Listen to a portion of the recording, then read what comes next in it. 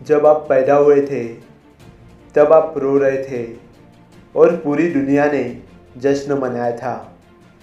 अपनी ज़िंदगी ऐसे जियो कि जब आप मर जाओ तो पूरी दुनिया रोए और आप जश्न मनाओ।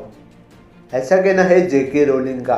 दोस्तों, आज मैं आपको एक ऐसे फेमस पर्सनालिटी की संघर्ष भरी स्टोरी बताऊंगा जिनकी मोटिवेशनल स्टोरी पढ़ने के बाद आप अपने आप को खुशकिस्मत मानोगे और अपने लक्ष्य की तरफ बढ़ोगे।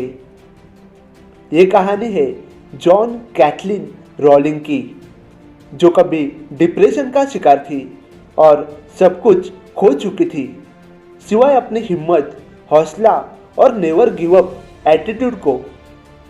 तो चलिए जेके रोलिंग की कहानी शुरू करते हैं। हैरी पॉटर राइटर जेके रोलिंग सबसे इन्फ्लुएंशियल वुमन में से एक है, जिन्होंने दुनिया को दिखाया कि दृढ़ संकल्प और विश्वास आपको किसी भी तरह के बुरे हालात से बाहर खींच सकते हैं और कड़ी मेहनत वास्तव में सफलता दिलाती है। इस जीवनी से शायद आपको सफलता के सूत्र मिल जाए। अपने जीवन में सबसे दर्दनाक पल का वर्णन करती है, जिस दिन उनकी मां का निधन हुआ था। ये 1991 में 9 वर्ष का दिन था जब रोलिंग 25 वर्ष की थी। वो अफसोस जताते हुए बताती है कि उनकी मां को नहीं पता था कि वो नॉवल लिख रही थी। अपनी मां की मृत्यु के बाद रोलिंग एक नई शुरुआत के लिए उत्तरी पुर्तगाल चली गई और अंग्रेजी को एक विदेशी भाषा के रूप में पढ़ा। उसके बाद उसने एक ऐसे व्यक्ति के साथ डेटिंग शुरू कर दी जिससे उसने बाद में शादी की और अपनी बेटी जेसिका के साथ गर्भवती हुई। बाद में उस इंसान ने उनको तलाक दे दिया। अपनी बेटी बेरोजगारी और दरिद्रता के साथ एक तंग अपार्टमेंट में रहते हुए रोलिंग एक गहरे अवसाद का शिकार हो गई और सुसाइड करने के बारे में सोचने लगी, लेकिन उसने हिम्मत नहीं हारी और नोवेल को पूरा लिखने का फैसला किया। ब्रिटिश सरकार से मिलने वाली अनएम्प्लॉयमेंट मनी की सहायता के बल पर वो न केवल अपनी बेटी का पालन पोषण करने लगी, बल्कि एक कैफे में हैरी पॉटर लिखने में ज़्यादा से ज़्यादा समय बिताने लगी।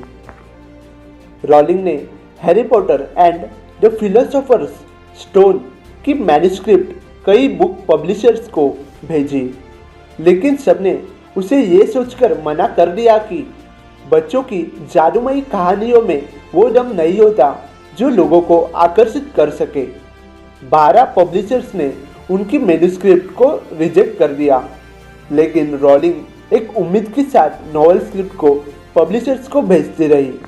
तब आखिर वो वक्त आ गया जब सन 1997 में लंदन के पब्लिशिंग हाउस ब्लम्सबरी के चेयरमैन की बेटी ने हैरी पॉटर में रुचि दिखाई और ये देख चेयरमैन ने इस नॉवल को छापने का फैसला किया और रोलिंग को 2000 पाउंड्स भी दिए।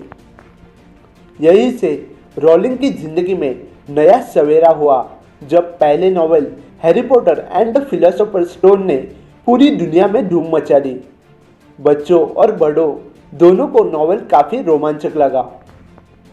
स्कॉटिश आर्ट काउंसिल उनके काम से इतनी प्रभावित हुई कि उन्हें हैरी पॉटर की पूरी सीरीज लिखने के लिए ग्रांट प्रदान की।